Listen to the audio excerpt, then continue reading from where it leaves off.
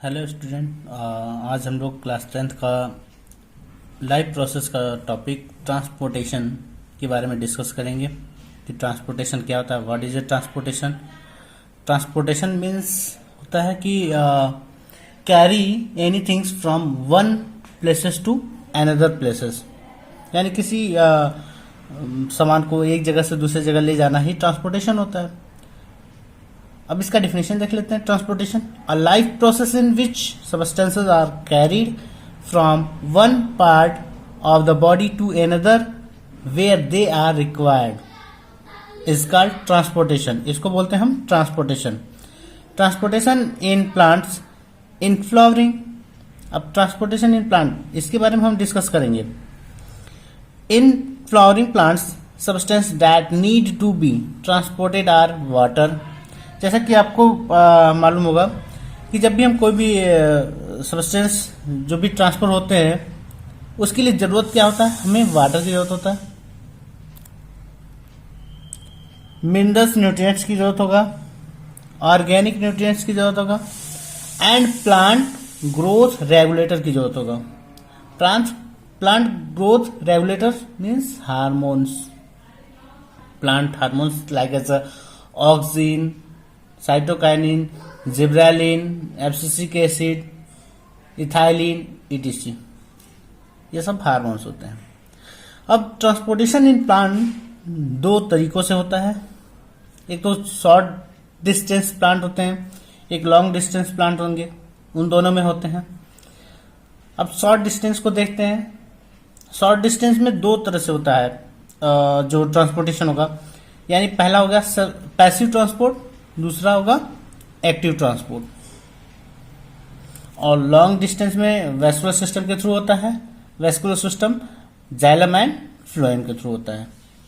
अब एक एक करके हम डिस्कस करेंगे। शॉर्ट डिस्टेंस जो प्लांट होंगे उसमें पैसिव ट्रांसपोर्ट और एक्टिव ट्रांसपोर्ट दोनों होंगे। अब पैसिव ट्रांसपोर्ट क्या होता है और एक्टिव ट्रांसपोर्ट क्या होता है। अब passive transport high concentration gradient to low concentration gradients, यानी ये जो ट्रांसपोर्ट होगा हाई कंसंट्रेशन से लो कंसंट्रेशन की तरफ मूव करेगा। इसमें एनर्जी यानी किसी भी एटीपी वगैरह का कंजप्शन नहीं होता है। इसमें कोई रिक्वायरमेंट नहीं होता है एनर्जी का, तो नो रिक्वायरमेंट या no require consumption of energy of ATP passive transport का होता है। Passive transport is a two type. First is a diffusion, second is a facilitate diffusion. दोनों सेम ही है, थोड़ा बहुत डिफरेंसेस होते हैं इसमें, ठीक है। ये तो पूरा प्रोसेस चलता है पैसिव ट्रांसपोर्ट में। अब दूसरा है एक्टिव ट्रांसपोर्ट। ये भी जस्ट अपोजिट होता है किसके, पैसिव ट्रांसपोर्ट के, यानी low concentration gradient to high concentration gradient इधर की तरफ मूव करता है। रिक्वायर कंजप्शन ऑफ एनर्जी, लेकिन इसमें जरूरत होता है किसका, एनर्जी का, एटीपी का जरूरत होता है। अब इसको हम समझ लेते हैं। पहले सपोज जैसे पैसिव ट्रांसपोर्ट की बात करें तो पैसिव ट्रांसपोर्ट जैसे ये रिवर है, इधर की तरफ बहा हुआ है, ठीक है, ये बहता चला जा रहा है। कोई भी सब्सटेंस इधर की तरफ हाई कंसंट्रेशन से लो कंसंट्रेशन के ग्रेडियंट की तरफ बहता चला जा रहा है। इसमें कोई रिक्वायरमेंट नहीं है। ये एक नदी है जो बहता चला जा रहा है, यानी इसी डायरेक्शन में जा रहा है। इधर नदी बह रहा है, इधर भी डायरेक्शन में वो भी बह रहा है, ठीक है। तो इसमें किसी भी एनर्जी का रिक्वायरमेंट नहीं होगा। बट यही अगर ये रिवर है, ये रिवर इधर की तरफ फ्लो हो रहा है और हमें ग्रेडियंट्स जो भी हमारे आयंस होंगे, मॉलिक्यूल्स होंगे, उसको हमको अपोजिट डायरेक्शन में क्या करना है, फ्लो कराना है। तो अपोजिट डायरेक्शन में हमको फ्लो कराने के लिए हमको क्या करना पड़ेगा, एनर्जी देना पड़ेगा। इसी को बोलते हैं हम क्या, एक्टिव ट्रांसपोर्ट। अब एक एक करके हम लोग डिस्कस करेंगे। Passive transport,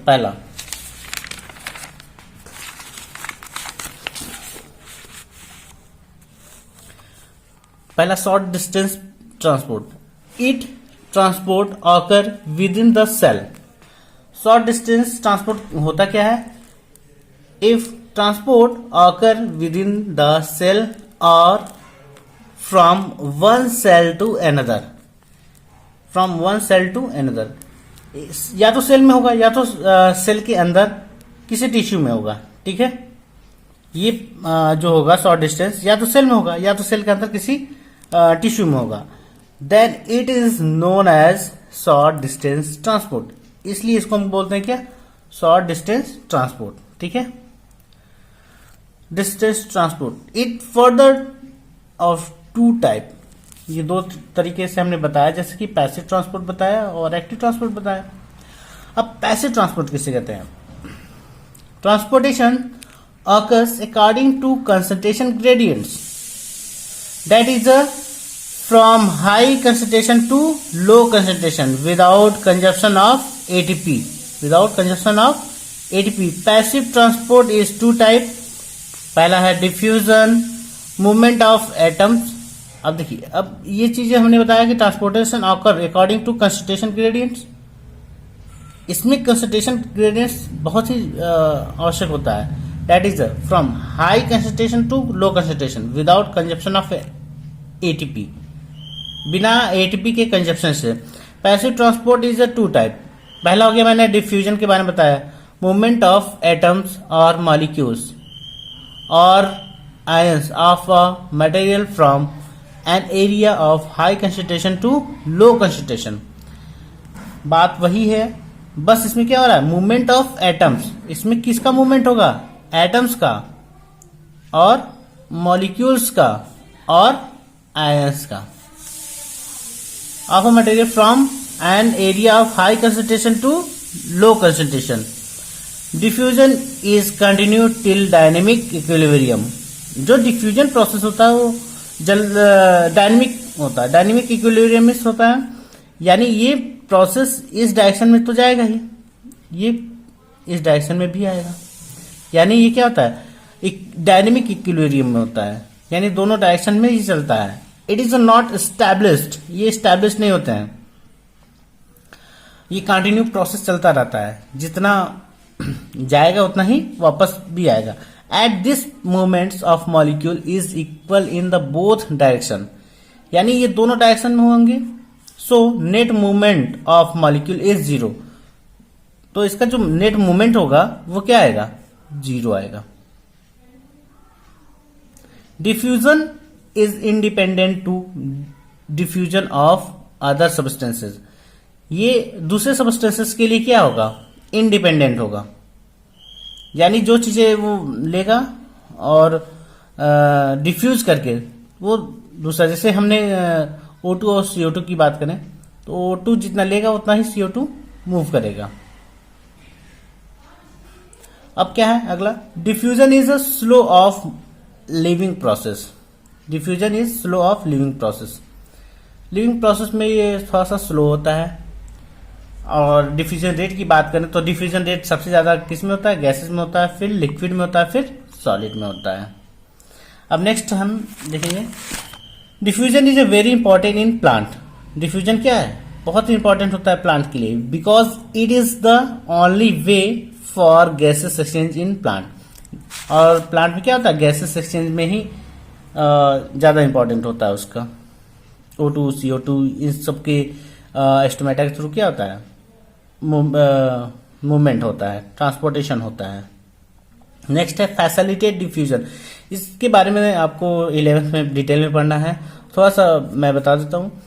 it is type of passive transport, ये भी क्या है, पैसिव ट्रांसपोर्ट का ही टाइप है। पोलर और too big to diffuse across plasma membrane, plasma में यूजिंग सिंपल डिफ्यूजन, यानी जो सिंपल डिफ्यूजन हो रहा था उसी तरह से ये भी डिफ्यूजन होगा, but need extra help getting into the out of the cell. लेकिन इसमें कुछ एक्स्ट्रा वर्क करना पड़ता है आयंस और तुम्हारे मॉलिक्यूल्स का। अब देखते हैं एक्टिव ट्रांसपोर्ट, इसके बारे में डिटेल में आपको 11th में पूरे डायग्राम के साथ ही बताया जाएगा। जो सेल होता है, सेल के थ्रू मूवमेंट होता है मॉलिक्यूल्स का, एटम्स का, तो कैसे होता है।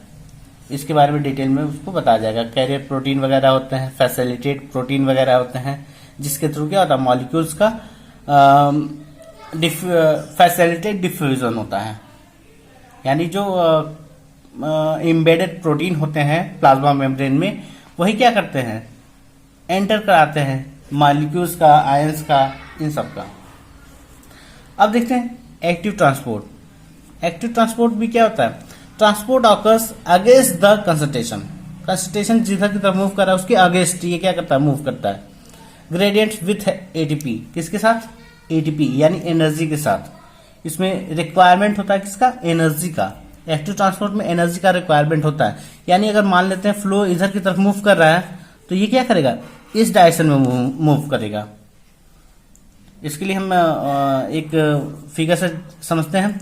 जैसे यहाँ पर कंसंट्रेशन क्या है, लो कंसंट्रेशन है, बहुत ज्यादा कंसंट्रेशन कम है। ये कैरियर प्रोटीन में या मान लेते हैं एक तरह का पंप है, ठीक है, जो कि एटीपी है, एटीपी रिलीज करता है। तो एटीपी है तो लो कंसंट्रेशन से किधर की तरफ मूव कर रहा है, ये हाई कंसंट्रेशन की तरफ मूव कर रहा है। लो कंसंट्रेशन से हाई की तरफ मूव कर रहा है, अपोजिट डायरेक्शन में। हमने बताया था डिफ्यूजन में या पैसिव ट्रांसपोर्ट में कि high concentration gradient to move low concentration, high concentration से लो कंसंट्रेशन ग्रेडियंट की तरफ मूव करता है। बट इसमें क्या हो रहा है, लो कंसंट्रेशन से हाई कंसंट्रेशन की तरफ मूव कर रहा है, और इसमें क्या लग रहा है, एटीपी लग रहा है। और दूसरे फिगर से हम समझते हैं कि इसमें एक्चुअली में हो क्या रहा है। एक्टिव ट्रांसपोर्ट में हमेशा क्या होगा, आयंस का एक्सचेंज होगा। समझते हैं आउटसाइड सेल्स, यानी ये सेल के बाहर का जो हिस्सा है, और ये इनसाइड द सेल, ये सेल के अंदर का जो हिस्सा है, ठीक है, उसको हमने इस तरह से दिखाया है। अब देखेंगे कैल्शियम आयन, ये प्रोटीन है, ट्रांसफर प्रोटीन। ये क्या है, ट्रांसफर प्रोटीन। ये भी क्या है, ट्रांसफर प्रोटीन है। इसमें कैल्शियम आयंस मूव करके जा रहा है सेल के अंदर। ये आउटसाइड सेल है, अब ये इधर से मूव करके किस में जा रहा है, सेल के अंदर जा रहा है। सेल के अंदर तो चला गया कैल्शियम आयन। अब जब कैल्शियम आयन गया तो ये एटीपी जो है, अब यही एटीपी टूटेगा, यही एटीपी क्या होगा, टूटा तो बना ADP plus IP, adenosine diphosphate, adenosine triphosphate, और एक फॉस्फेट यहां से टूट करके निकल गया, और ये मूव कर गया कैल्शियम आयन बाहर से किसके, सेल के अंदर। यानी ये सारा जो प्रोसेस हो रहा है किस में हो रहा है, ये सेल में ही तो हो रहा है। हमने बताया था अभी कि जो भी प्रोसेस है, पैसिव ट्रांसपोर्ट, एक्टिव ट्रांसपोर्ट या शॉर्ट डिस्टेंस ट्रांसपोर्ट, ये सारा किस में हो रहा है, सेल या सेल के अंदर टिश्यू में, ठीक है, हमने यही बताया था। आउटसाइड सेल यानी सेल के अंदर बाहर जो ग्रेडियंट्स है वो मूव करके कहाँ गया, यहाँ पर कंसंट्रेशन क्या है, वेरी लो, बहुत कम है। यहाँ पर कंसंट्रेशन क्या है, कैल्शियम आयन का, यहाँ पर कंसंट्रेशन है Ca+2। यहाँ पर कंसंट्रेशन किसका, कैल्शियम का बहुत ज्यादा है, ठीक है। अब ये मूव करके इधर चला गया, यानी कंसंट्रेशन यहाँ पर क्या है, बहुत ज्यादा है, और ये एटीपी खर्च हो रहा है एडीपी में। अब इसी तरह से दूसरा हम देखते हैं आयंस, Fe आयरन। यहाँ पर कंसंट्रेशन अधिक है, यहाँ पर कंसंट्रेशन क्या है, लो है। अब यहां से लो कंसंट्रेशन से हाई कंसंट्रेशन की तरफ, यानी यहाँ पर ट्रांसफर प्रोटीन जो है वो एटीपी खर्च करके इसको अंदर की तरफ मूव करा रहा है।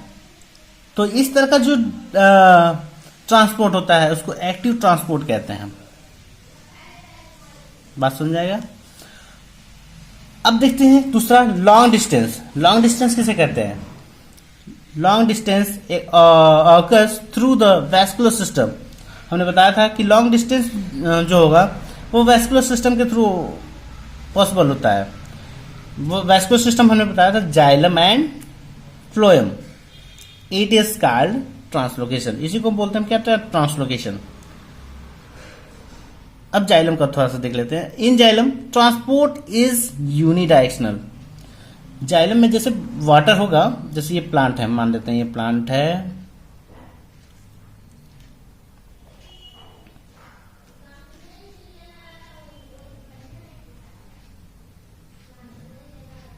ये प्लांट हो गया, ठीक है।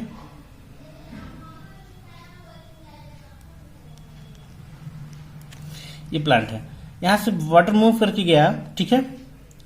तो ये यूनिडायरेक्शन, एक ही डायरेक्शन में, फिर वाटर वापस नहीं आएगा। ये यहां पे गया, यहां पे गया, यानी ये पूरी तरह से कहां से गया, रूट टू स्टेम, ठीक है, फ्रॉम रूट टू स्टेम। जबकि फ्लोएम की बात करें, phloem transportation is a bi direction from storage organ to other growing part of the plant. यानी पहले लीफ में, लीफ से कहाँ गया, लीफ से स्टोरेज ऑर्गन में, यानी जैसे फूड मटेरियल होता है लीफ में बन जाता है, लीफ में फूड मटेरियल बनने के बाद वो स्टोरेज ऑर्गन में जाते हैं। जब स्टोरेज ऑर्गन में जाएगा तो वहां से जो ग्रोइंग पार्ट हो गए प्लांट के, उसमें हो जाएगा। इस तरह से ये यूनिडायरेक्शनल होता है, ये बाई डायरेक्शनल। अब नेक्स्ट आगे देखते हैं।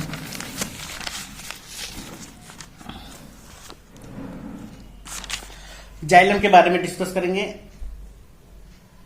हाँ, xylem is a complex tissue. Xylem क्या होते हैं, कॉम्प्लेक्स टिश्यू होते हैं that conduct water and minerals from root to the leaves.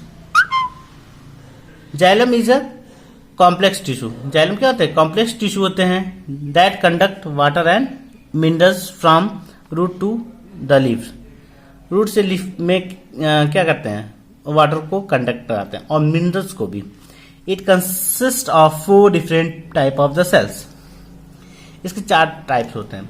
यानी जो जाइलम होते हैं उनका मेन ही वर्क होता है कि वो कंडक्शन कराना, किसका, वाटर एंड मिनरल्स का, फ्रॉम रूट टू शूट। अब इसमें इसके कुछ एलिमेंट्स होते हैं, जाइलम के एलिमेंट्स। जाइलम के एलिमेंट्स कौन कौन है, xylem vessels, tracheids, xylem fibres, xylem parenchyma. तो जाइलम वेसल्स, ट्रैकिड्स, फाइबर, ये सब क्या होते हैं, ये नॉन लिविंग होते हैं। Only xylem parenchyma is a living cell. यही एक लिविंग सेल होता है, ये क्या होता है, सब नॉन लिविंग सेल होते हैं। पहला अब इसके बारे में बताया गया, जाइलम वेसल्स एंड ट्रैकिड्स, ये दोनों का यही वर्क होता है, दोनों का सेम वर्क होता है कि conduct water and minerals from root to aerial part of the plants. दोनों का वर्क यही होता है। दोनों का फिगर है, परफोरेटेड प्लेट्स है, वेसल्स मेंबर है, वेसल्स एलिमेंट, ये वेसल्स एलिमेंट हो गया, यानी जाइलम वेसल्स हो गया। ये जाइलम ट्रैकिड्स, पीटेड इंड वॉल, यानी इसमें पीटेड इंड वॉल होते हैं ट्रैकिड्स में, और ये कुछ फाइबर्स के हैं, ठीक है। These are also named as a tertiary elements. These are dead cells and forms a system of pipe through which water can travel. Their cells are dead because once they attain their full height, ठीक है। Generally ये क्या होते हैं, dead cells होते हैं, हमने बताया ही था।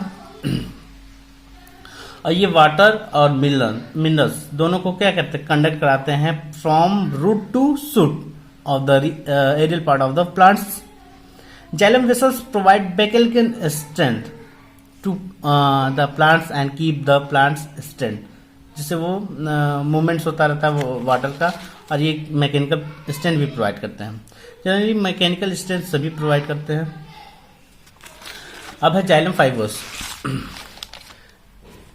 It provide mechanical strength to the plant body. और ये क्या करते हैं, फाइबर्स क्या करते हैं, ये भी मैकेनिकल स्ट्रेंथ प्रोवाइड करते हैं प्लांट्स की बॉडी को, ठीक है।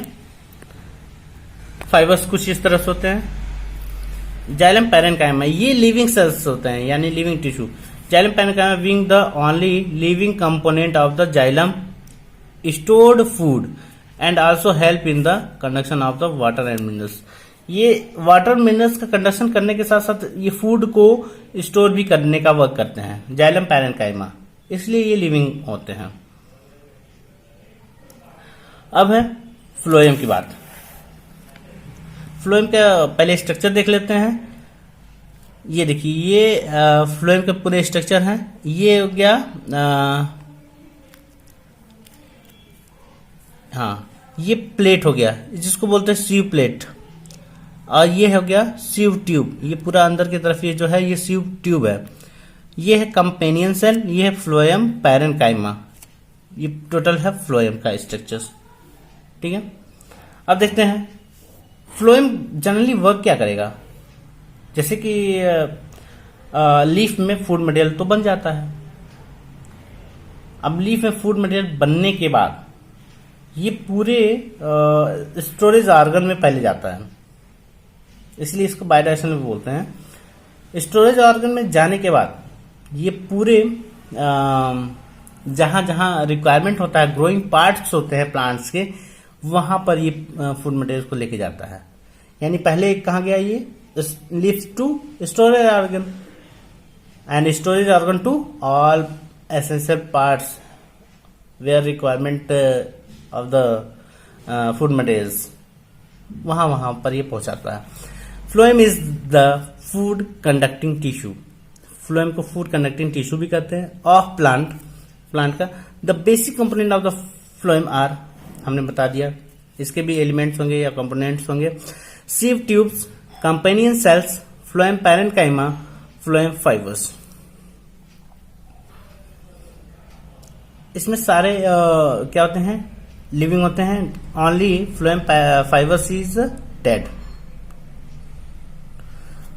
सीव cells are aligned end to end, sieve cells देख रहे हैं आप लोग, ये सब हैं अलाइंड इंड टू इंड, ये ऐसे ऐसे आपस में लगे रहते हैं। ठीक है, from sieve tube running up to down the plant, ऊपर से नीचे की तरफ ऐसे बने रहते हैं।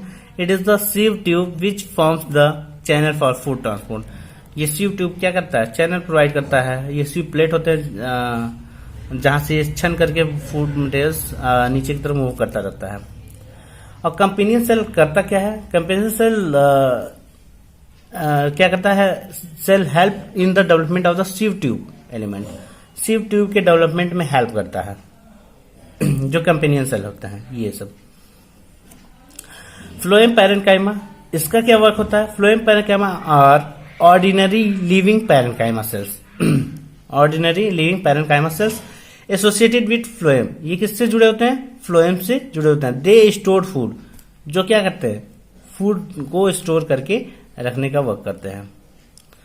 नेक्स्ट है phloem fibres provide mechanical strength, जैसे उसमें भी जाइलम फाइबर्स जो मैकेनिकल स्ट्रेंथ प्रोवाइड कर रहा था, उस तरह से ये भी क्या करेगा, मैकेनिकल स्ट्रेंथ प्रोवाइड कर रहा है to the plant. The fibre of flax, hemp and jute are phloem fibres. जो फाइबर्स में फ्लैक्स होता है, हेम्प होता है, जूट होता है, ये सब क्या होते हैं, फ्लोएम फाइबर्स होते हैं। अब देखते हैं कि ट्रांसपोर्ट कैसे होता है वाटर का। ट्रांसपोर्ट सिस्टम इन प्लांट, देखेंगे ये क्या है, प्लांट है, ये लीफ हो गया। अब इस प्लांट में ये रूट हो गया, ये रूट हो गया ऐसे, ये रूट से xylem tissue carry water and dissolve minerals up from root. यानी जाइलम से क्या हुआ, जाइलम ने वाटर को कंडक्ट किया, मिनरल्स को कंडक्ट किया, और जाइलम ये सॉइल से लेगा, ये कहां से लेगा, सॉइल से ये सब ले करके ये पूरे ऑल पार्ट्स को भेज दिया। ये स्टेम में ऊपर की तरफ मूव करता चला जाएगा। और वाटर का रिक्वायरमेंट होता है लीफ में, तो water and minerals from soil, water and minerals from soil, soil से गया और यहाँ पर फूड मटेरियल बनना शुरू हो गया। ठीक है, अब जब फूड मटेरियल बन गया तो phloem tissue carry food up from leaf. अब ये लीफ से फूड मटेरियल को लेकर आया। ठीक है, food made by the soil, soil के थ्रू जो दिया गया था वाटर एंड मिनरल्स से फूड बन गया। फूड अब ट्रांसलोकेट होगा फ्रॉम एवरी एसेंशियल पार्ट्स, जहां जहां जरूरत होगा, एवरी ग्रोइंग पार्ट्स। ठीक है, सब जगह ये ट्रांसफर करेगा। तो ट्रांसफर किया phloem tissue food down from leaf, food क्या लीफ में बना, वहां से डाउन होकर आया। अब इसके थ्रू लीफ में जो प्रोसेस होगा, evaporation of water from leaves, इसी को क्या बोलते हैं, ट्रांसपीरेशन बोलते हैं। क्या बोलते हैं, ट्रांसपीरेशन। ठीक है, तो जो एब्जॉर्प्शन ऑफ वाटर हुआ वो जनरली किससे हुआ? रूट में जो रूट हेयर्स होते हैं वो बहुत ही क्या होते हैं, पतले होते हैं, परमिएबल होते हैं, जिसके थ्रू से जो सॉइल में इंटर किए होते हैं, जो सॉइल में इंटर होते हैं तो रूट हेयर क्या करता है? रूट हेयर वाटर को, आयंस को, मिनरल्स को, सबको क्या करता है? उसका कंसंट्रेशन वहां पर अधिक होता है, जिससे वो क्या करता है? डिफ्यूजन प्रोसेस के थ्रू उसको एंटर करा देता है और उसके अंदर रूट प्रेशर लगता है। रूट प्रेशर लगता है तो वो वाटर को क्या करता है? एब्जॉर्ब कर लेता है, और वाटर को एब्जॉर्ब करके ऑस्मोटिक प्रेशर से वो क्या करता है? मेन रूट को देता है। मेन रूट से जाइलम उसको ले करके पूरे आल पार्ट्स में लेके चला जाता है। इस तरह से ये ट्रांसपोर्टेशन कंप्लीट होता है प्लांट में। अब इसी में एक और टॉपिक है, ट्रांसपीरेशन किसे कहते हैं? What is A transpiration? जैसा कि आप लोग भी जानते होंगे कि ट्रांसपीरेशन क्या है? The loss of water in the form of water vapour. Loss of water ऐसे कह सकते हैं, the loss of water in the form of water vapor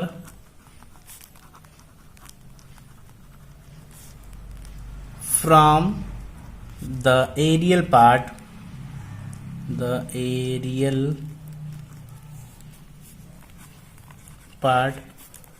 of the plant is called transpiration.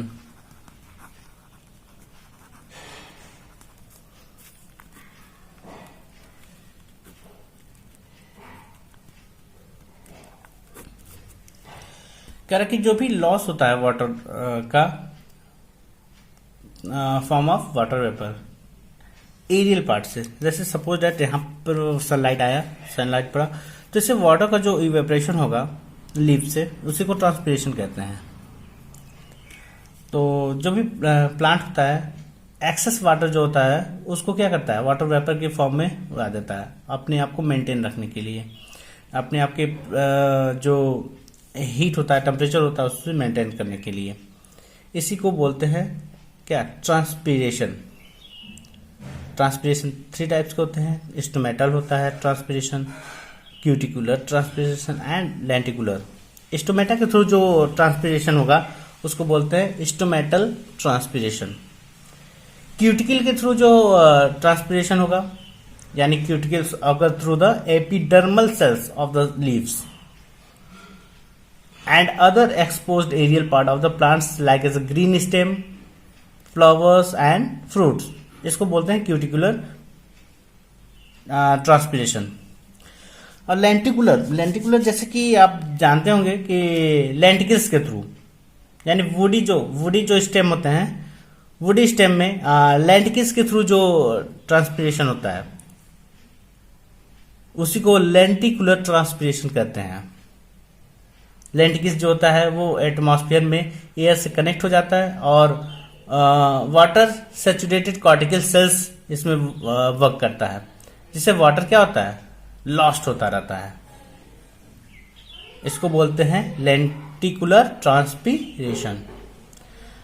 अब कह रहे कि जैसे कुछ एडवांटेज की बात करें कि ट्रांसपीरेशन का क्या एडवांटेज होता है, तो ट्रांसपीरेशन जो होता है ये हेल्प करता है किसमें? रिमूविंग एक्सेस वाटर को ज्यादा मात्रा में निकालने के लिए क्या ट्रांसपीरेशन ही क्या है?